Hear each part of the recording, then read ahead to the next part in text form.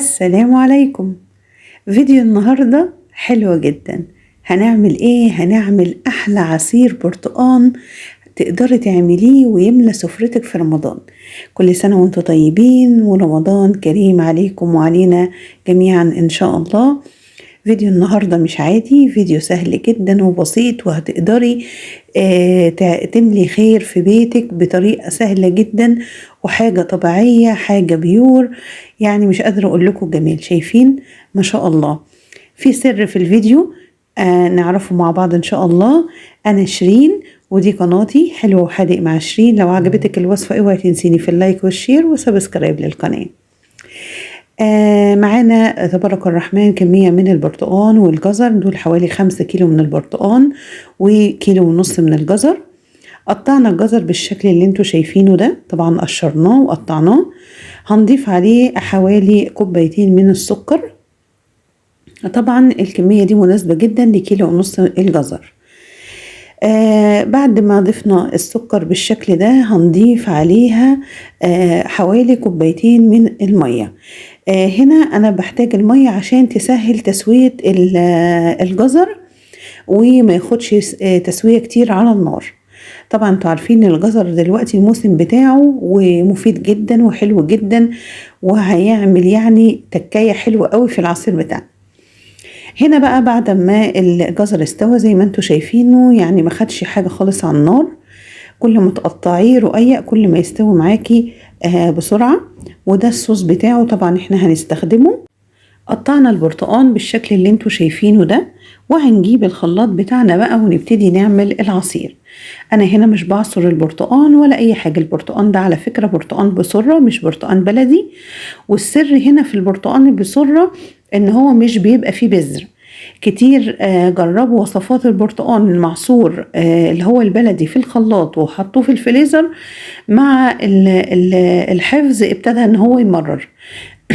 هنا الوصفة هنا النهاردة هنعمل او هنستخدم البرتقان بسرة، وده حلو جدا، وتقريبا الاتنين في مستوى يعني او في سعر واحد. وهنبتدي بقى نحط كمية من الجزر وهنحط عليهم كمية من البرتقان، وهنبتدي نضرب العصير بتاعنا. الوصفة مفيش أسهل منها، بجد حلوة جدا وطعمها لذيذ ومش هتاخد منك أي وقت ولا مجهود. أنا هنا حسيت إن الخلاط بتاعي يعني مش قادر يفرم الجزر مع البرتقان كويس. عادي نستعين بالصوص الموجود في الجزر، احنا كده كده هنستخدمه عشان بس الخلاط يبتدي ان هو يشتغل معايا ومحملش عليه حمل زيادة. هنضرب بقى البرتقان بالجزر بالشكل ده، وعايزة اقول لكم مفيد جدا جدا جدا.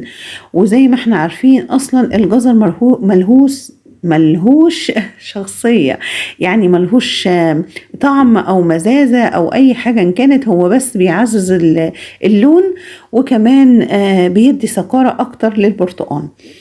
عصير حلو تقدري تعمليه وتعبيه في اكياس زي ما انا عملت كده، ونحتفظ بيه في رمضان. وهوريك الطريقة ازاي تطلعيه وازاي تستخدميه على سفرتك في رمضان ان شاء الله. احنا ضربنا بقى العصير كويس جدا، وعايزه اقول لكم لازم يعني نتك على الضرب عشان نستفاد بكل نقطه ميه في البرتقان وكمان في الجزر.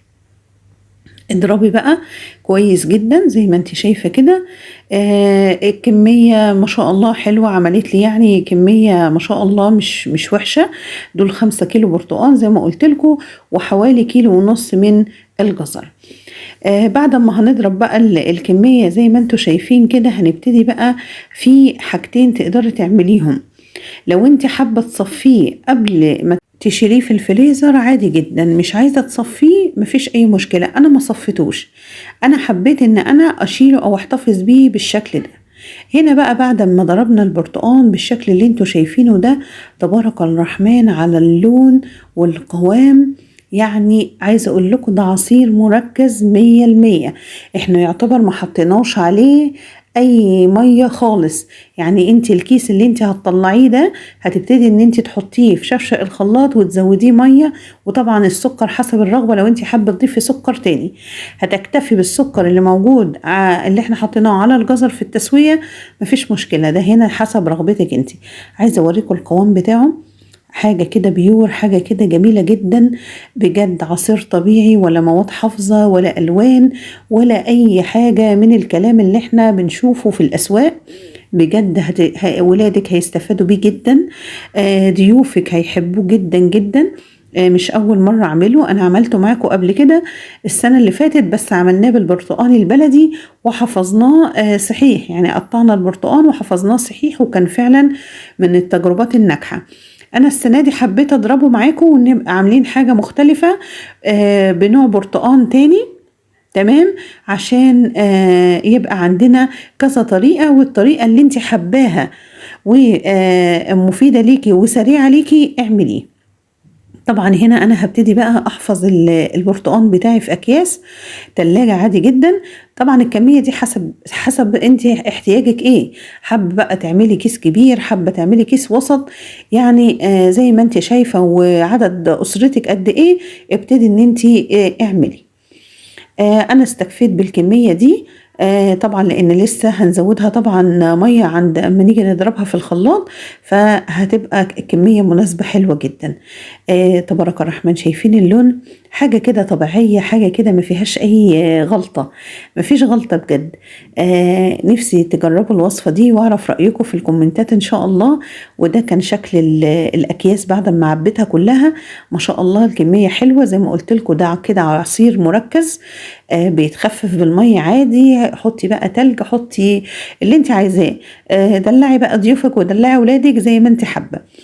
كمية ما شاء الله مش وحشة، يعتبر 5 كيلو برتقان عملوا لي الكمية دي ما شاء الله. انا خدت بقى كيس كده، وهو مش كيس، هم كانوا يعتبر اخر البوله بتاعتنا، ما حطيتهاش في كيس، حبيت ان انا اضربها لكم كده ونوريكم شكل العصير بتاعنا. طبعا انا هنا ضربته وحطيت عليه، زودت ميه، وهبتدي بقى ان انا اصفيه زي ما قلت لكم. لو انتوا حابين تصفي العصير البيور قبل ما تحفظيه مفيش اي مشكله. هنا بقى صفينا البرتقان بعد ما ضربناه في الخلاط وزودناه ميه، وهنبتدي بقى نحطه بقى كده. شايفين اللون؟ ما شاء الله. حابه تخففيه عن كده برضو براحتك، طبعا ده حسب ذوقك وحسب المذاق اللي انت بتحبيه. عايزه العصير خفيف، عايزاه تقيل، عادي جدا. شايفين بقى قوام العصير بتاعنا؟ ما شاء الله، حاجه كده حكايه. كله بقى نسمع بقى يا سيدي كده في الكومنتات، واحلى عصير برتقال في الدنيا. دي كان وصفه الفيديو بتاعنا النهارده. لو عجبتكم وصفه النهارده اوعوا تنسوني في اللايك والشير وسبسكرايب للقناه، واستنوني في فيديو جديد ان شاء الله.